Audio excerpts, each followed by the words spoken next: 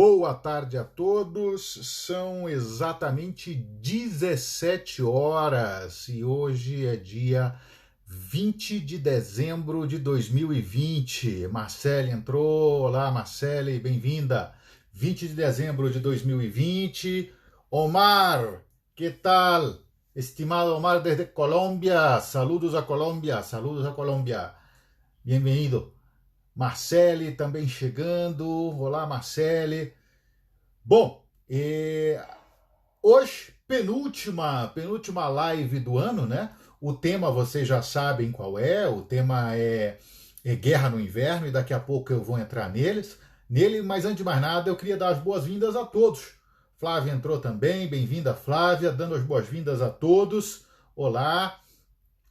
Para nossa penúltima live do ano. Essas lives, como você bem sabe, são transmitidas todo domingo às 17 horas, pontualmente. Eu começo às 17 horas, Marcele e Marcela, as duas. Eu começo pontualmente às 17 horas e a gente sempre fala de um tema diferente relacionado à história, à guerra, à inteligência, temas que nos são muito caros e que sobre isso sempre vale a pena bater um bom papo. Então, nesse sentido, as nossas lives anteriores, para quem está chegando, para quem está conhecendo pela primeira vez, as nossas lives anteriores, Luana chegando também, estão disponíveis no nosso canal no YouTube, Joanisval BSB, lá pelo YouTube. Então, se você perdeu as lives anteriores, você pode encontrá-las lá no nosso canal no YouTube. Bom, para começar então, já demos 2 minutinhos aqui enquanto o pessoal vai chegando, a gente vai começar tratando das efemérides da semana.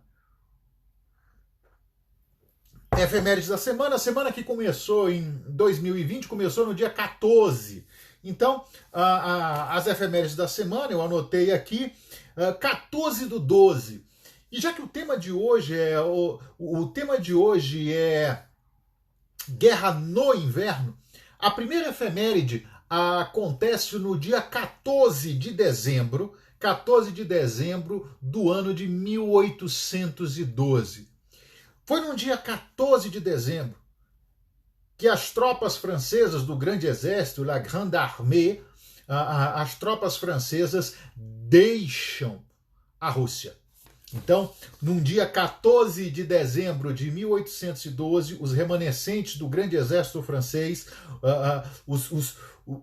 a pequena quantidade que sobreviveu à campanha do inverno, deixa o território russo e assim acaba a campanha da Rússia, que foi decisiva para os destinos de Napoleão Bonaparte. Então, isso acontece no dia 14 de dezembro de 1812, tendo já o Grande Exército, La Grande Armée, enfrentado o General Inverno, sobre o qual nós vamos falar daqui a pouco. Também foi no dia 14 de dezembro do ano aí de 1911 que Roald Amundsen alcançou o Polo Sul. O Amundsen foi o primeiro homem com a sua equipe, né, a alcançar o Polo Sul do planeta, isso num dia 14 de dezembro do ano de 1911. Então, essa efeméride é interessante, porque finalmente o Amundsen, norueguês, que já tinha ido ao Polo Norte, alcançou o Polo Sul, e é interessante também a corrida que foi entre as várias nações para ver quem chegava primeiro ao Polo Sul. E no final das contas foi o Amundsen que conseguiu. O Amundsen, dica de passagem, maçom. Outro evento importante aconteceu outra efeméride importante no dia 14 de dezembro de 1939, foi quando a União Soviética foi expulsa da Liga das Nações. 14 de dezembro de 1939, os soviéticos são expulsos da Liga das Nações, e exatamente em razão do episódio da Guerra de Inverno. Eu disse da guerra de inverno, não da guerra no inverno. Eu vou falar da guerra de inverno daqui a pouco também, que foi a guerra soviético-finlandesa. Os soviéticos atacaram a Finlândia, e com isso, olá, Renata, chegando, Renatinha. Tudo bom com você, Renata? E o pequeno Pedrinho, que nasceu há alguns dias, né? Em casa, espero que esteja tudo bem aí. Os soviéticos haviam invadido a Finlândia e com isso foram expulsos da Liga das Nações no 14 de dezembro de 1939. 16 de dezembro, né? A gente pula para 16 de dezembro porque tem algumas efemérides interessantes. Foi no dia 16 de dezembro de 1773, 16 de dezembro de 1773, Juliane chegou agora também, bem-vinda. No dia 16 de dezembro de 1773 que ocorreu a famosa Festa do Chá, evento fundamental na Revolução Americana, na Revolução Norte-Americana, no processo de independência dos Estados Unidos da América. Foi quando colonos revoltados com os impostos da coroa, revoltados com os impostos ingleses, se disfarçaram, se vestiram de índios Mohawk, e atacaram o carregamento de chá em 3 navios no porto de Boston e jogaram o carregamento de chá no mar, né? Então foi a famosa Festa do Chá, que a gente pode dizer que foi um dos grandes eventos que desencadearam, talvez o primeiro fundamental, desencadeou o processo de independência dos Estados Unidos. Então, isso aconteceu num dia 16 de dezembro de 1773. E foi também num dia 16 de dezembro, só que do ano de 1815, que o Brasil foi elevado à categoria de Reino Unido. Isso foi muito importante. É ali que o Brasil deixa de ser colônia. A gente, às vezes, na escola, a gente aprende Brasil, colônia, império, república, né? Essa é uma visão distorcida, né? Essa é uma visão distorcida. A Manuela está comentando aqui, não pagaram mais impostos, exatamente. Foi para se revoltar contra a cobrança de impostos, né? E aí, nesse sentido, Luana, eram disfarçados de índios, porque eram colonos americanos, né? Brasil foi elevado, num dia 16 de dezembro de 1815, à categoria de Reino Unido, junto com Portugal e com o Algarve. E esse é o grande momento, é o momento em que nós nos tornamos uma nação efetivamente, deixamos de ser colônia, e começa o período do Brasil Reino, que vai se encerrar em 1822, com a independência e o estabelecimento do Brasil Império. Mas a partir de 16 de dezembro de 1815, o Brasil estava na mesma categoria de Portugal, né, sendo parte de um Reino Unido cuja sede, lembre-se, era no Rio de Janeiro, cuja sede era no Rio de Janeiro. Então, São Sebastião do Rio de Janeiro. Momento importante da nossa história. A gente já falou isso, inclusive, em lives anteriores aqui. É sempre bom lembrar. Essas lives estão disponíveis no nosso canal no YouTube, Joanisval BSB, e tem um conjunto de lives ali sobre o processo de independência do Brasil e sobre as guerras de independência. Inclusive, em 2 delas, nós temos excelentes conversas com o historiador e diplomata Hélio Franchini, exatamente sobre as nossas guerras do período de independência, que se você acha que não teve guerra no Brasil, a gente teve o maior exército de independência, o maior exército colonial de independência das Américas. É sempre bom lembrar. Ainda no dia 16/12, só que de 1944, eu anotei aqui, é a Batalha do Buge, ou a Batalha do Bolsão, ou a Batalha das Ardenas, começa com a ofensiva dos 3 exércitos alemães sobre as Ardenas. Isso acontece em 16 de dezembro de 1944 e foi o último respiro, a última grande ação dos alemães contra os aliados no fronte ocidental, com um objetivo de dar uma reviravolta na guerra, o que acabou não acontecendo. Mas no meio do inverno, também uma guerra de inverno. Maurício, bem-vindo, Thalita, bem-vinda também, Thalita. Uma guerra de inverno. Isso aconteceu também no dia 16 de dezembro. E, finalmente, uma outra efeméride relacionada ao dia 16 de dezembro, só que essa em 1991, é quando o Cazaquistão declara independência da União Soviética, 1991. A gente falou muito disso no nosso curso online sobre Guerra Fria, no nosso mini curso, que aconteceu há 2 semanas. Aqueles que perderam, paciência. Foi um curso muito legal, quem participou desse curso gostou, né? A Marcele, eu tô com teu livro aqui, tá? Eu tô com teu livro aqui, a gente vai marcar de te entregar esse livro, que a Marcele foi sorteada e ganhou um livro sobre os últimos heróis da Guerra Fria, do Fernando Moraes. Bom, Cazaquistão se separa, se torna independente. Esse foi o golpe de misericórdia, porque no final, a Ju chegando aí, bem-vinda, Ju, o Jean-Philippe também, bem-vindo. Foi o golpe de misericórdia na União Soviética.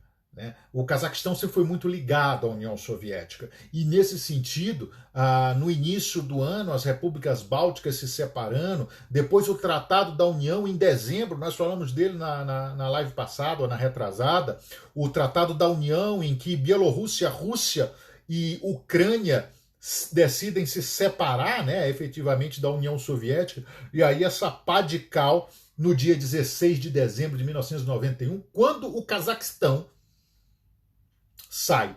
Aí era o desfecho, já era o canto do cisne da União Soviética, e no dia 25 de dezembro, o presidente Mikhail Gorbachev, e ali já era presidente, ele havia sido eleito presidente da União Soviética, o presidente Mikhail Gorbachev faz aquele seu famoso discurso final, nós falamos disso, tem vídeo sobre isso, a gente falou no nosso curso, mini curso sobre Guerra Fria, e a União Soviética acaba depois desse último discurso. Para mim, um dos momentos mais marcantes da história que pude assistir, né, ao vivo praticamente, a bandeira soviética sendo arriada do Kremlin e hasteada a bandeira russa. Mas, alguns dias antes, dia 16, o Cazaquistão se separava. Passamos para 17 de dezembro, a efeméride da semana também, em 1939, o Graf Spee, né, o navio de guerra alemão, é afundado aqui em razão da Batalha do Rio da Prata. Essa merecia um espaço muito específico, quem sabe uma live onde a gente possa tratar da Batalha do Rio da Prata, né, entre os navios britânicos e o Graf Spee, né, que foi perseguido, no final das contas aportou em Montevidéu, e depois o comandante afunda o Graf Spee para que ele não caísse na mão dos britânicos, e um ano depois esse comandante se mata. Né? Eles ficaram como prisioneiros de guerra, tá? O Uruguai era neutro ali, mas eles ficaram sob a custódia do Estado uruguaio, e é uma história muito interessante, a história do Graf Spee. Também 17/12, eu anotei aqui, foi exatamente num dia 17/12 do ano de 1989 que o presidente Fernando Collor de Mello ganhou a eleição contra Luiz Inácio Lula da Silva. Então, nesse dia, há exatos 31 anos, os brasileiros decidiam pelo presidente Collor, por Fernando Collor de Mello, para que fosse o primeiro presidente eleito desde a década de 60, eleito diretamente, né, pelas urnas, pelo povo, e derrotando o outro candidato, Luiz Inácio Lula da Silva. Mais um dado interessante, um efeméride interessante relacionado ao dia 17/12, é que é o aniversário de Ludwig von Beethoven.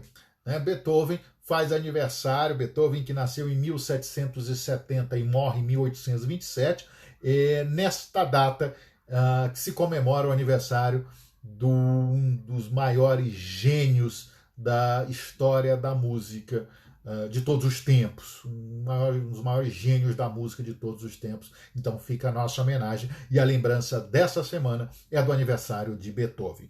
E para fechar, a última efeméride já do dia 20/12, só que do ano de 1999, no dia 20/12 de 1999, Macau, que era possessão portuguesa, que era colônia portuguesa, Macau deixa de ser portuguesa e é entregue pelos portugueses à República Popular da China.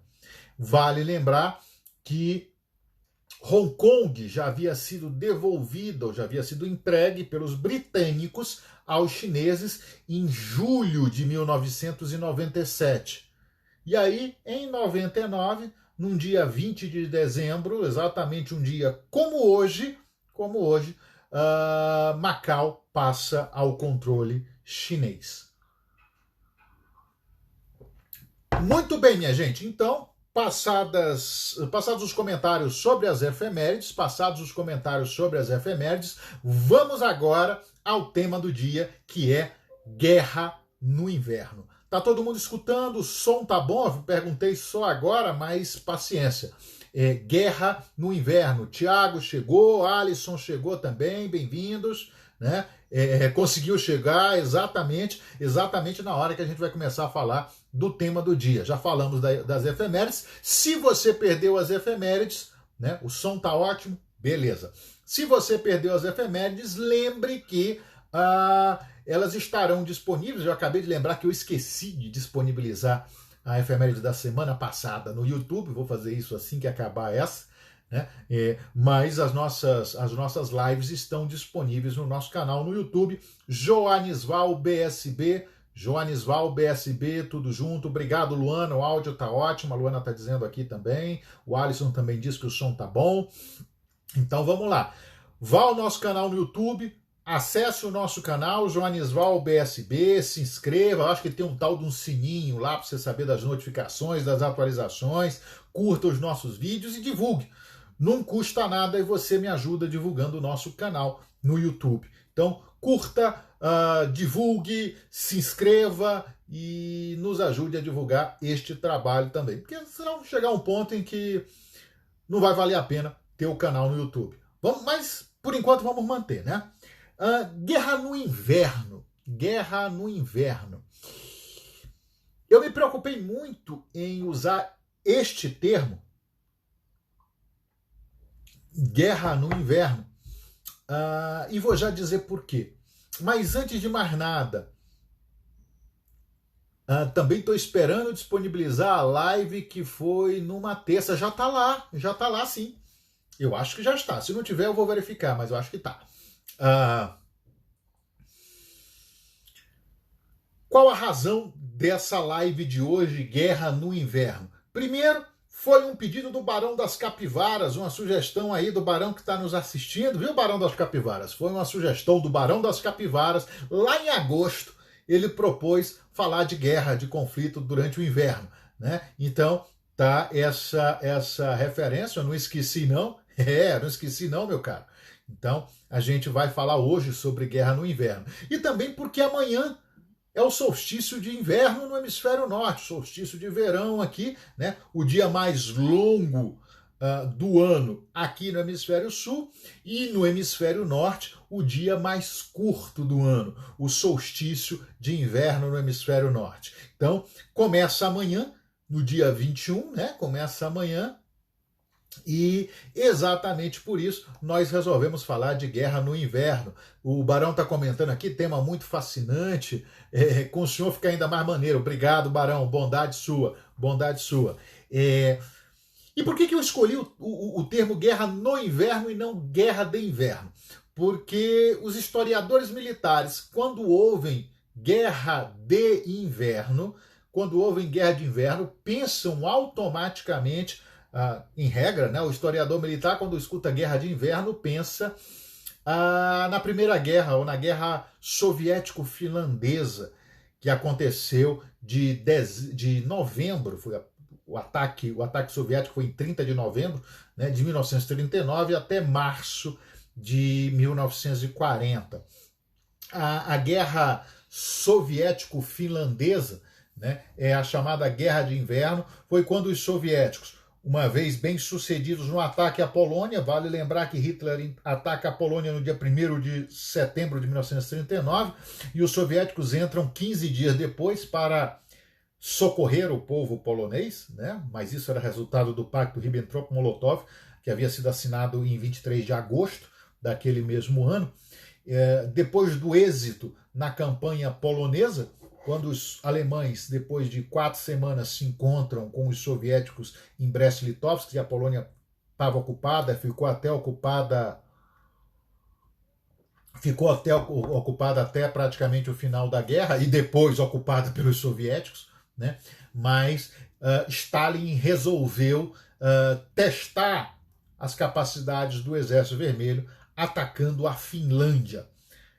Finlândia, país pequeno, país frágil, e que os soviéticos achavam que, o Kremlin achava que ia ser um passeio. A ideia era conquistar todo o território finlandês.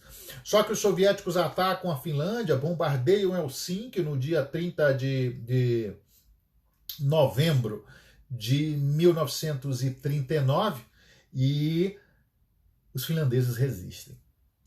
E aí começa a Guerra de Inverno, com a forte resistência finlandesa. Para se ter ideia, o exército soviético era de 3-1 em relação aos finlandeses, né? Eram de 3 soldados soviéticos para 1 finlandês, mas os finlandeses resistiram tão bravamente, combatendo no inverno com as mais diferentes técnicas, inclusive o coquetel Molotov, todo mundo já ouviu falar, que é usado muito em manifestações ou coisa parecida, o coquetel Molotov, que é aquela garrafa com um pano, com gasolina dentro, um pano que se acende e joga, né? O coquetel Molotov foi inventado pelos finlandeses nessa primeira guerra soviético-finlandesa. No final das contas, 25 mil finlandeses mortos, entre 100 e... os números são estranhos mesmo. 100 e 250 mil soviéticos mortos, né? E a guerra acabou meio que num impasse.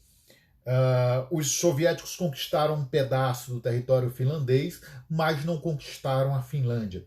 E isso foi uma grande pancada moral para Stalin. Foi uma paulada moral em Stalin, porque ele percebeu a fragilidade do Exército Vermelho e mostrou ao mundo que o Exército Vermelho não era aquela máquina de guerra que todo mundo achava que fosse. Até porque Stalin havia expurgado os oficiais, a alta oficialidade, os profissionais qualificados, os oficiais qualificados haviam sido expurgados em 37 e 38. Né? Então, a guerra soviético-finlandesa, a guerra de inverno, serviu para mostrar o quão frágeis eram as forças armadas soviéticas, bem aquém daquela expectativa que se tinha de um grande exército. Além disso, influenciou a análise de Hitler, que em 22 de junho de 41 daria início à Operação Barbarossa, invadindo o território soviético. E também afetou muito a Stalin, que resolveu reestruturar o Exército Vermelho. Para alcançar algum nível de qualificação superior àquele da Guerra do Inverno, né? Da Guerra de Inverno. Então, quando eu falo em Guerra de Inverno, o que vem automaticamente à minha cabeça é a Guerra Soviético-Finlandesa. Por isso que optei por usar o termo Guerra no Inverno. Guerra que acontece durante esse período complexo, né? Durante esse período e aí eu falo do hemisfério norte, no sul também, né? Na Guerra do Paraguai a gente teve episódios muito complicados, um frio danado também nos campos de batalha aqui, mas eu vou me atentar ao hemisfério norte, onde a gente tem os conflitos com neve no inverno, regra geral com neve. E só uma particularidade, eu pretendo falar de 3 episódios aqui, mas uma particularidade diz respeito a Tânia entrou, chegou, Helena, Leandro. Uma particularidade diz respeito à guerra durante o inverno. Essa é para você, Barão. Na antiguidade, era muito comum que o calendário das guerras, olha o que eu estou dizendo, na antiguidade o calendário das guerras ele se dava muito em razão do calendário da colheita. Então, muito pouco provável, era muito raro que exércitos se enfrentassem na época da colheita, né? Na época de se plantar e de se colher. Isso não acontecia no inverno. Isso não acontecia no inverno. Então, era mais comum do que se imagina, né, que conflitos acabassem ocorrendo nos períodos mais frios do ano. Por outro lado, ou no verão, no auge do verão também, né? No auge do verão também. E já a partir da Idade Média, da Era Moderna, começou-se a suspender os conflitos também durante o inverno, né? Aí todo mundo parava para se resguardar do frio, mas isso não afetava também a necessidade de se parar o confronto durante a época de colheita, de plantar e de colher. Então é só uma particularidade. Já a partir das guerras napoleônicas isso muda completamente, e Primeira e Segunda Guerra Mundial, quer dizer, as guerras do século XIX e XX, aí já isso não influenciava. Minha mãe chegou, meu pai chegou também, então deixar o meu beijo para meus pais, né? E vamos falar aqui então de alguns episódios. O primeiro episódio sobre o qual eu queria chamar a atenção foi a campanha da Rússia, né? A campanha da Rússia de 1812, empreendida por Napoleão Bonaparte, que eu já falei no início das efemérides, né? Eu falei no início das efemérides, foi a primeira efeméride sobre a qual eu falei aqui, foi do dia da saída, né? No dia 14 de dezembro do exército francês, do que sobrou do exército francês do território russo, mas agora eu vou falar da campanha de 1812, que é conhecida pelos russos, foi conhecida até a Segunda Guerra Mundial como a Grande Guerra Patriótica, ou a Guerra Patriótica. E a partir da Segunda Guerra Mundial, a Guerra Patriótica de 1812, né, exatamente porque a Segunda Guerra Mundial era a Grande Guerra Patriótica. É a Grande Guerra Patriótica, como é chamada até hoje pelos russos, né? Grande Guerra Patriótica, Segunda Guerra Mundial, e até a Segunda Guerra Mundial, a Guerra Patriótica era essa daí, que foi muito importante e entrou no imaginário dos russos de diferentes maneiras, inclusive na literatura, né? Guerra e Paz, de Tolstói, né? Trata exatamente desse período. Mas o que foi a campanha do inverno? Em 1810, e aí eu anotei algumas coisas aqui, quando o exército austríaco, veja, Napoleão dominava a Europa, né? O Império Francês dominava a Europa, e quando a Áustria começou a se rearmar, Napoleão pediu ajuda ao czar Alexandre I para uma coalizão contra a Áustria, né? Só que Alexandre I se recusou a apoiar Napoleão no ataque à Áustria, na guerra contra a Áustria, e isso começou a deteriorar as relações entre a Rússia e a França. E logo depois disso, alguns navios ingleses tiveram permissão para atracar em São Petersburgo. Com isso, o czar da Rússia dizia para Napoleão que ele não faria parte do bloqueio continental. Lembra do bloqueio continental que Napoleão estabeleceu exatamente para impedir a ingerência ou tentar neutralizar a Inglaterra? Pois e que o Brasil, e que foi fundamental também nesse processo para a vinda da família real em 1808, o bloqueio em 1810, os russos disseram, o czar disse que não, deixou claro que não participaria do bloqueio continental, né? E aí Napoleão se preparou para invadir a Rússia. E aí Napoleão se preparou para invadir a Rússia, reorganizou durante mais de um ano as suas forças, as forças armadas e criou La Grande Armée, o grande exército, como ficou conhecido, né, com serviço militar obrigatório, o grande exército que partiu para invadir a Rússia, né, em junho de 1812, e no dia 24 de junho eles cruzam o rio Nema, e essa força armada era composta de 600 mil homens. O grande exército, a Grande Armée de Napoleão, eram 600 mil homens, mais ou menos, indo em direção à Rússia para atacar e conquistar a Rússia.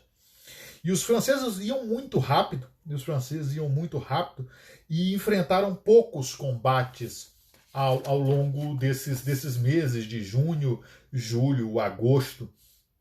Praticamente os franceses não combateram e continuavam avançando. E avançaram mais de 1000 quilômetros em profundidade no território russo. E por que os franceses conseguiram avançar tão rapidamente? Porque os russos usaram o que eles chamam, e o que eles têm até hoje, usaram a profundidade estratégica. Profundidade que fez com que o exército russo tinha mercenário também, Luana. O exército russo recuasse à medida que os franceses avançavam. Então o exército russo simplesmente ele foi recuando, foi indo para dentro do território russo, enquanto os franceses avançavam no território russo. Acontece que eles recuavam e fizeram uma política de terra arrasada. Eles destruíam tudo nos lugares por onde eles passavam, de modo que não houvesse nada em termos de suprimentos para o exército francês, né? E aí há um bloqueio. O general Kutuzov faz um bloqueio a nordeste, de modo que Napoleão não ataca São Petersburgo, que era a capital do Império, mas direciona suas forças para Moscou. E aí o exército francês continua avançando em direção a Moscou, e os russos retraindo e destruindo tudo no seu caminho, até que no dia 7 de setembro de 1812, 7 de setembro de 1812, portanto, 10 anos antes da nossa independência, a gente tem nada mais, nada menos do que a Batalha de Borodino. A Batalha de Borodino, onde os franceses saíram vitoriosos, né? Os russos eram comandados pelo general Kutuzov, mas depois de algumas horas de intensos combates, foi a maior batalha que eles haviam travado, a maior batalha das guerras napoleônicas até então, né? Dezenas de milhares de mortos dos dois lados, fala-se em 70 mil mortos na Batalha de Borodino, né? 250 mil homens combatendo, imagina o tamanho desse negócio, 250 mil homens combatendo, né? Mais de 70 mil mortes. Acabou com a derrota acabou com a vitória de Napoleão, mas que foi uma vitória de pirro. Foi uma vitória de pirro, porque os russos continuaram recuando. Napoleão chega em Moscou, mas quando Napoleão chega em Moscou, a Batalha de Borodino havia inclusive atrasado, no final das contas, o avanço de Napoleão, e quando Napoleão chega em Moscou, os russos haviam evacuado a cidade. Os russos haviam deixado a cidade, né? E, de novo, evacuado com terra arrasada. Napoleão chega em Moscou, e o que acontece ainda por cima? O grande incêndio de Moscou. Os russos tocam fogo na cidade de Moscou, e Napoleão conquista uma cidade em chamas. De novo, não era a capital do Império, a capital era São Petersburgo, mas Moscou era uma cidade importantíssima em termos estratégicos, e quando Napoleão conquista Moscou está pegando fogo. Tem um quadro muito interessante, depois procurem Napoleão em Moscou, onde Napoleão vê aquela cidade toda incendiada, e é uma cara muito frustrada de Napoleão com aquilo. De modo que Napoleão fica 4 semanas em Moscou, né? 4 semanas em Moscou, e no dia 24 de outubro de 1812, ele determina a retirada né? Ele determina não tem mais condições de continuar a ofensiva contra os russos começam a reagir, a atacar, e aí Napoleão determina a retirada das forças francesas da Rússia. E aí os franceses vão deixando, vão voltando, já haviam perdido milhares, dezenas de milhares de homens, que fique claro, né? E eu estou falando de outubro de 1812. E quando eu falo de outubro de 1812, eu estou falando nos piores invernos. Pô, mas o inverno só é em dezembro. Na Rússia não. Na Rússia não. Quando novembro entra, a coisa já começa a apertar.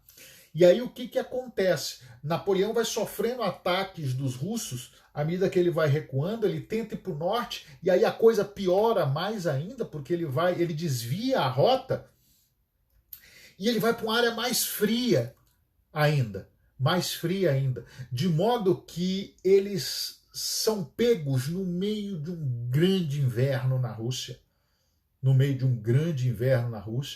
um inverno, e aí é o general inverno, que destrói completamente o grande exército de Napoleão Bonaparte. Para que vocês tenham ideia, quando Napoleão está fazendo essa retirada, já são menos de 100 mil homens dos 600 que haviam chegado na Rússia alguns meses antes. E quando Napoleão atravessa o rio Berezina, né, deixando o território russo, eu anotei aqui, eram 27 mil homens apenas. Dos 600 mil que foram para a Rússia, 27 mil voltaram apenas. 600 mil, 27 mil voltaram destruídos, arrasados. Se você depois quiser procurar quadros do grande exército, La Grande Armée, ARMEE, né, na Rússia, você vai ver a imagem de desolação, né? Eles perderam, no final das contas, mortos mesmo, quase 400 mil homens, e mais de 100 mil prisioneiros foram feitos na campanha da Rússia, né, pelos russos. Né? Napoleão, num determinado momento, ele abandona a Grande Armée e vai embora direto para Paris para tentar recuperar o seu império. Obrigado, Afonso está comentando aqui. O Anton, do Forno de Pizza. Se você quiser fazer pizza em casa, uma pizza de qualidade, eu não estou ganhando jabá do Anton, não, mas se você quiser uma pizza de qualidade em casa, com os amigos, reunir os amigos, o Anton tem um aparelho, tem uma máquina de fazer pizza, uma máquina de pizza caseira. Então, guarda esse nome aí, ó, Forno Fast Pizza, né? Que você não vai se arrepender, não. É uma máquina de fazer pizza e que vale muito a pena. Quem gosta de reunir os amigos em casa para bater um papo, comer uma pizza, o rodízio de pizza em casa, o Anton também faz, né? Ele pode levar uma pizzaria para sua casa, vale lembrar. Então, quem tiver interessado, conversa com o Anton aí no Forno Fast Pizza, que tem certeza que você vai gostar, e quem sabe me convida para uma pizza também, né? Me convida para uma pizza aqui em Brasília para conhecer o forno de pizza do Anton. Tá? Então, obrigado também. Colocaram aqui agora a oportunidade de conversar sobre esse tema, e eu é que agradeço pela oportunidade de conversar sobre um tema tão interessante. Marcos Reis, Rodrigo chegaram. Então, resultados da campanha da Rússia, da campanha de inverno, da campanha de 1812 de Napoleão. 550 mil mortos. No lado russo morreram dos 550 mil mortos franceses, né? Do lado russo, 250 mil soldados mortos russos, além das milícias locais também, de cossacos, né? E o mais importante disso tudo, eu anotei,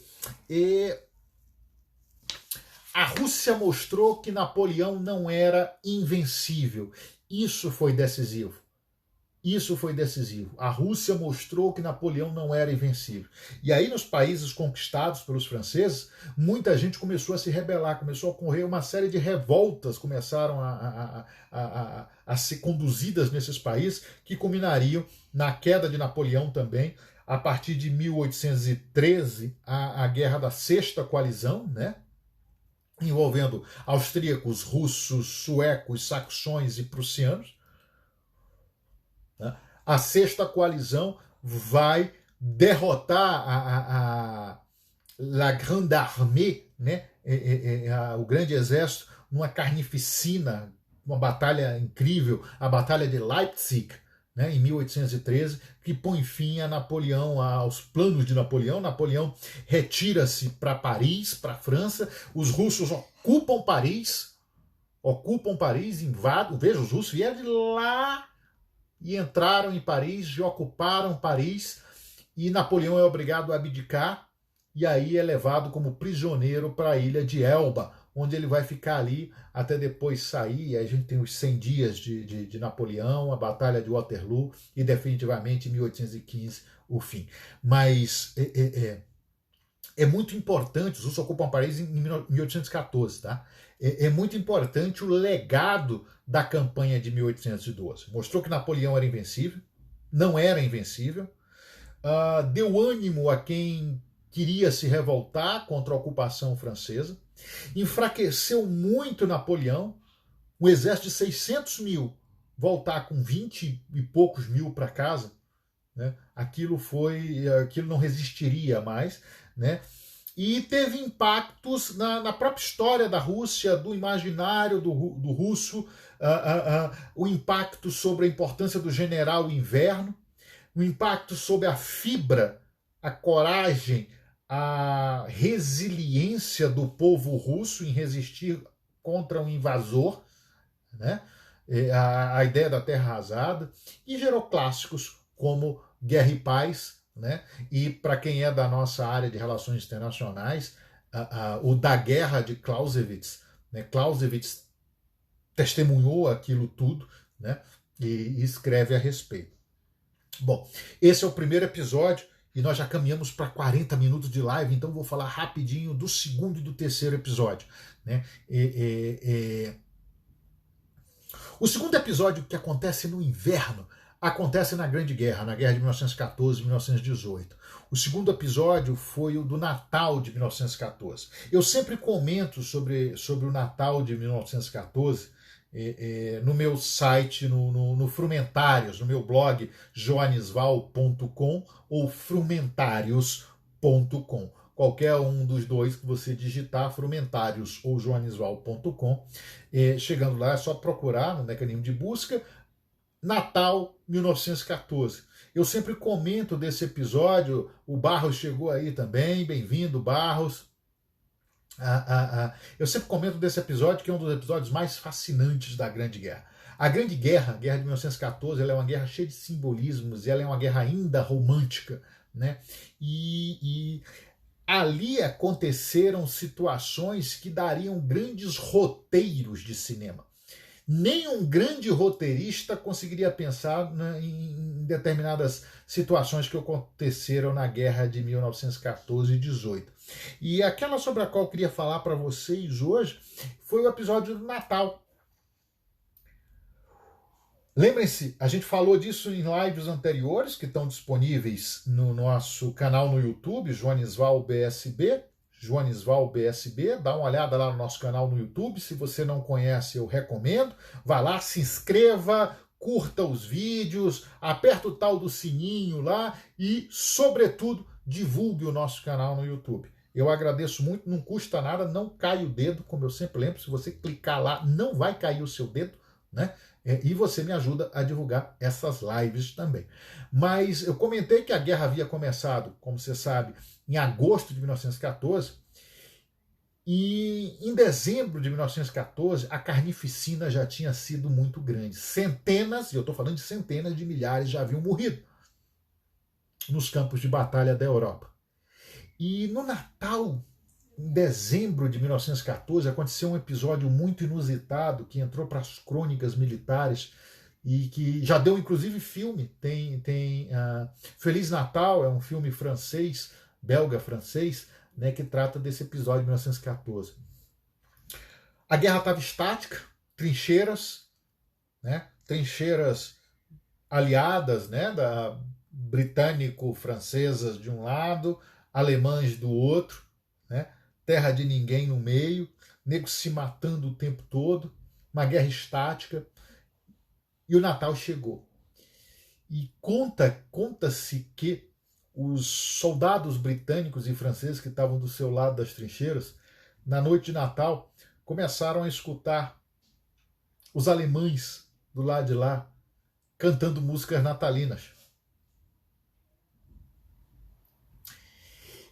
E ao longo de toda a fronteira, e era uma fronteira de milhares de quilômetros, que vinha lá da costa, lá do mar, né, do Mar do Norte ali, até a fronteira suíça, né, os franceses começaram e britânicos começaram a perceber as celebrações de Natal dos alemães. Os alemães começaram a cantar músicas de Natal. Aí do lado de cá os aliados responderam também, né?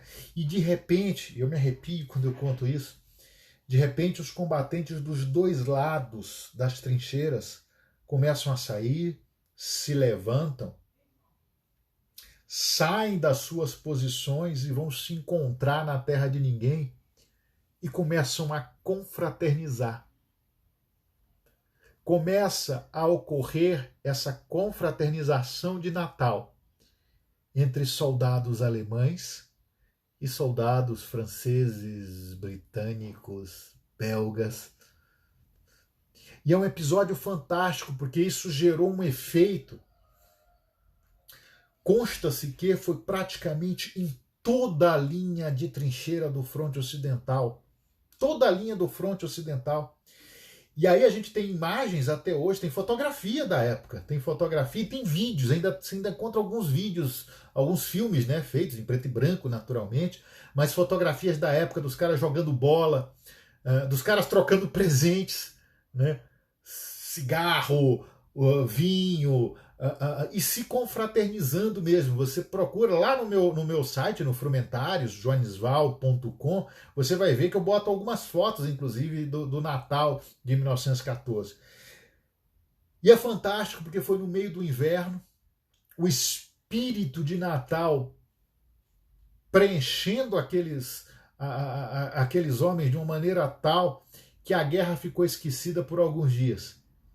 A guerra ficou esquecida, os homens se confraternizaram e isso gerou um pânico no quartel-general dos dois lados, nos quartéis generais alemães e aliados, né? Porque o grande temor dos comandantes ali é que os conflitos, os homens parassem de combater. Afinal de contas, porra, eu vou atirar no cara que eu estava comemorando o Natal com ele ontem, né?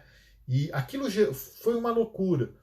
E aí unidades foram desmobilizadas, removidas, trocadas de lugar, e o alto comando dos dois lados fez de tudo para que aquele episódio não se repetisse, porque alguns dias depois recomeçaram os combates.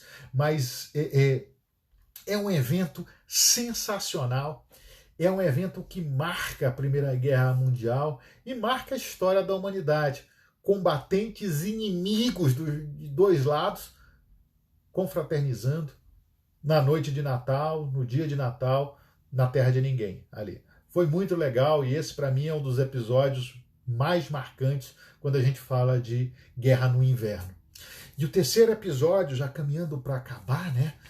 Se você tiver alguma questão, alguma dúvida, eu peço que você aperte esse ponto de interrogação aí e faça pelo ponto de interrogação, porque às vezes as pessoas vão comentando e eu não consigo ver os comentários.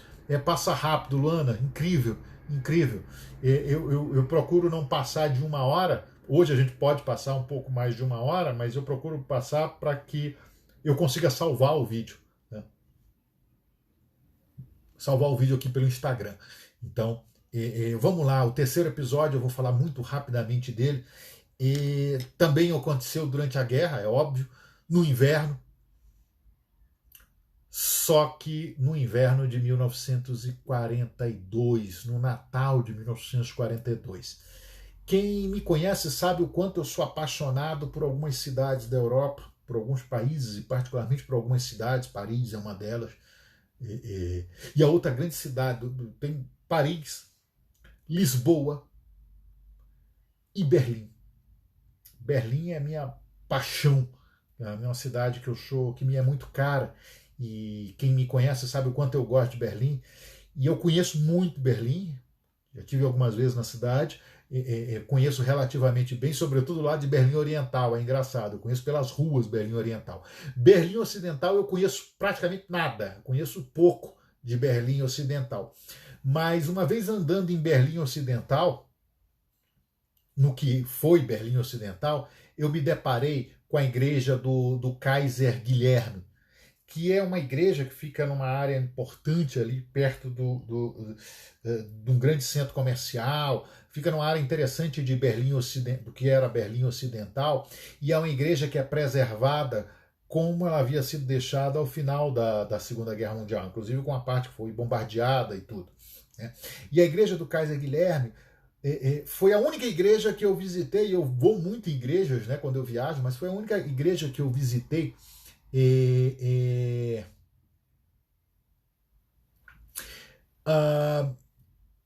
a única igreja que eu visitei em Berlim Ocidental foi essa igreja do Kaiser Guilherme. E quando eu entro na igreja do Kaiser Guilherme, eu me deparo com um quadro que me foi muito marcante. Aqueles que estão acompanhando as nossas lives no YouTube, né? Aqueles que aqui no Instagram, aqueles que acompanham o nosso canal devem ter visto que eu coloquei um pouco antes dessa nossa live de hoje um quadro. Eu disse que eu ia falar sobre ele. Eu não sei se você vai conseguir ver esse quadro aqui, né? Vou aproximar mais. Esse quadro aqui é a Madonna de Stalingrado. Depois você procura Madonna, Nossa Senhora de Stalingrado, né? A Madonna, a mãe Nossa Senhora, segurando o menino Jesus no colo. E aquilo me marcou muito, porque na hora que eu vi, veja, eu não conhecia a igreja, eu não sabia de nada na igreja. Eu entrei naquela igreja e me deparei com aquele quadro. E aí eu fui ver a história daquele quadro. Ele é um quadro, em primeiro lugar, a história desse quadro é a seguinte, eu vou contar para vocês, né? Eu anotei aqui, ó. Resumidamente, no Natal de 1942, Stalingrado, né? Lembrem-se que a Batalha de Stalingrado, a gente já falou um pouco dela aqui, começa em agosto de 1942 e vai até janeiro, 31 de janeiro de 43, na Batalha de Stalingrado, os alemães começaram vencendo e depois eles são cercados pelos soviéticos e enfrentam o pior inverno da história, né? Talvez um inverno pior ainda, diga-se de passagem, um inverno pior do que o inverno de 1812. E 1 milhão de exércitos, de homens dos exércitos alemães e aliados dos alemães, né? Foram cercados, combateram em Stalingrado, foram cercados pelos soviéticos, e desses 1 milhão de homens, sobraram 100 mil que foram feitos prisioneiros quando os alemães se rendem. E desses 100 mil prisioneiros, menos de 10 mil volta para casa 10 anos depois. Ou seja, foi o massacre do Sexto Exército. Stalingrado cercada pelos soviéticos, né? Márcio chegou, bem-vindo, meu querido, bem-vindo.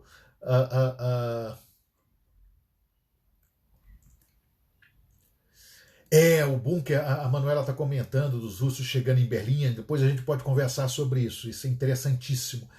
Mas, voltando para Stalingrado, os alemães ali enfrentando o frio, o inverno rigorosíssimo, né? Cercado com bomba russa caindo na cabeça deles o tempo todo.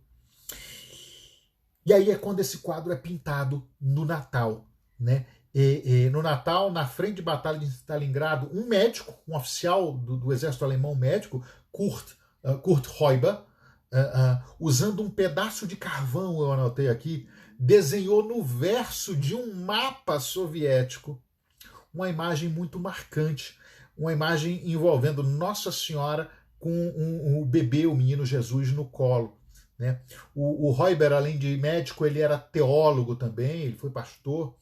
E a notícia do quadro, logo, eu me arrepio quando eu conto essa história, porque a notícia do quadro se espalhou entre os soldados alemães e seria um símbolo de conforto. Muito singelo, mas ao mesmo tempo muito profundo, muito forte, um símbolo de conforto para todos aqueles homens que estavam ali lutando uma guerra avançada no território inimigo, cercados por inimigos de todos os lados, morrendo de frio.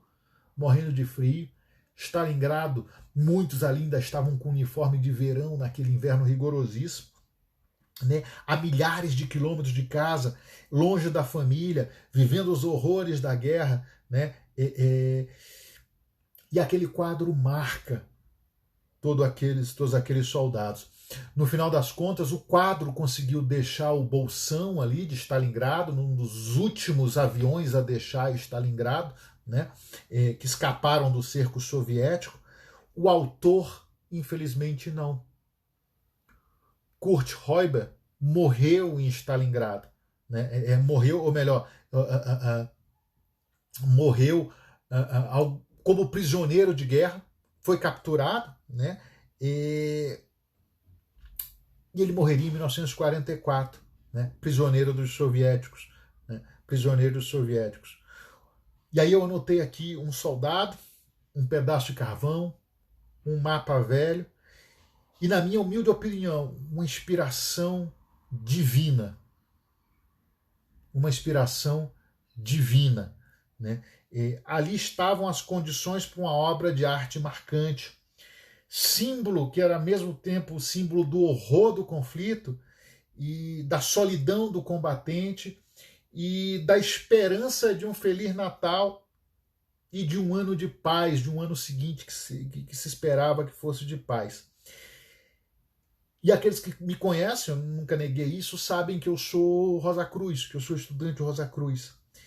E uma coisa que mais me chamou a atenção nesse quadro, e se houver algum Rosa Cruz aí assistindo a nossa live, dificilmente você vai conseguir ver isso, mas depois quando você pegar esse quadro, aqui está escrito Licht, Leben, Liebe. Luz, vida, amor. Né? 1942, Natal no Bolsão, Natal no Kessel. Foi muito forte, é muito forte. E sempre que eu vou a Berlim, eu vou à igreja do Kaiser Guilherme para render homenagem a Kurt Heuber e a todos os soldados alemães, soviéticos, romenos, italianos, espanhóis que lutaram e morreram em Stalingrado. É um episódio fascinante, é um episódio marcante e esse quadro para mim é muito forte. E é com esse quadro que eu fecho a nossa live de hoje comentando sobre a guerra de inverno, ou a guerra no inverno. Né? Falamos da campanha de Napoleão, de 1812, falamos do Natal de 1914, na Grande Guerra, quando a gente tem a grande confraternização ao longo de todo o fronte ocidental, e falamos de Stalingrado e desse quadro, A Madonna de Stalingrado, que eu recomendo que você procure mais informações a respeito dele. Eu vou dar uma olhada, tem uma pergunta aqui, não, tem duas, a Manuela colocou aqui sobre os russos chegando em Berlim para concluir a Segunda Guerra. Eu acho que merece uma live, só sobre a Batalha de Berlim, que é muito marcante. E para mim é muito forte. A Batalha de Berlim é a batalha decisiva da Segunda Guerra Mundial, é o canto do cisne, né? E nesse sentido, Berlim é muito marcante. Onde você anda em Berlim, você tem história viva ali. Você tem a Segunda Guerra Mundial viva, você tem a Guerra Fria viva. Então, quem sabe no futuro, a gente não consiga fazer alguma coisa relacionada a Berlim. A Luana está perguntando o que fizeram com tantos prisioneiros. Foram trabalhar nos campos, nos gulags soviéticos, ou foram trabalhar para os soviéticos e lá morreram. A maior parte dos prisioneiros alemães que caíram sob jugo soviético, é o que eu disse, 10 anos depois voltaram algo em torno de 5 mil. Né? E o exército alemão foi todo capturado, o 6º exército foi capturado em Stalingrado, e daquele 1.600.000 prisioneiros, menos de 10 mil voltaram para casa 10 anos depois. E o Barão está perguntando, professor, o bloqueio a São Petersburgo era muito duro. Professor, o bloqueio a São Petersburgo era muito duro a forçar Napoleão virar para Moscou. Sim, o que aconteceu foi o seguinte. Opa, meu caríssimo Vieira, Almirante Vieira, bem-vindo, bem-vindo. O que acontece? A estratégia dos russos foi exatamente defender a capital. Então, eles subiram e concentraram as forças. Eles concentraram as forças de modo que Napoleão só tinha como opção seguir para Moscou. E aí a gente tem a Batalha de Borodino em 7 de setembro, né, de 1812. E a partir dela, o avanço definitivo, a tomada de Moscou, de uma Moscou, de novo, arrasada e incendiada, que é como os russos deixaram aquela que viria a ser a capital da Rússia, da União Soviética, no século, a partir de 1918. Diga-se de passagem, mais uma curiosidade antes de acabar. No final de 1917, a gente tem a ofensiva, início de 1918, a gente tem uma ofensiva alemã na Primeira Guerra Mundial. E os alemães chegam bem perto de São Petersburgo, que era a capital. Naquela época se chamava Petrogrado, porque quando estoura a Primeira Guerra Mundial, o czar muda o nome de São Petersburgo, que era um nome muito ocidental, para Petrogrado, que era mais russo, né? E de toda maneira, os alemães chegam bem perto de Petrogrado, e isso força o famigerado, nefasto governo bolchevique a mudar a sede do governo de Petrogrado para Moscou, onde ficaria definitivamente. Né? Então foi uma guerra de inverno, foi a ofensiva do inverno, a última grande ofensiva de inverno no fronte, a última ofensiva de inverno no fronte oriental da Primeira Guerra Mundial, que forçou os soviéticos, os bolcheviques, a mudarem a capital para Moscou, sair de Petrogrado para Moscou. É mais uma curiosidade.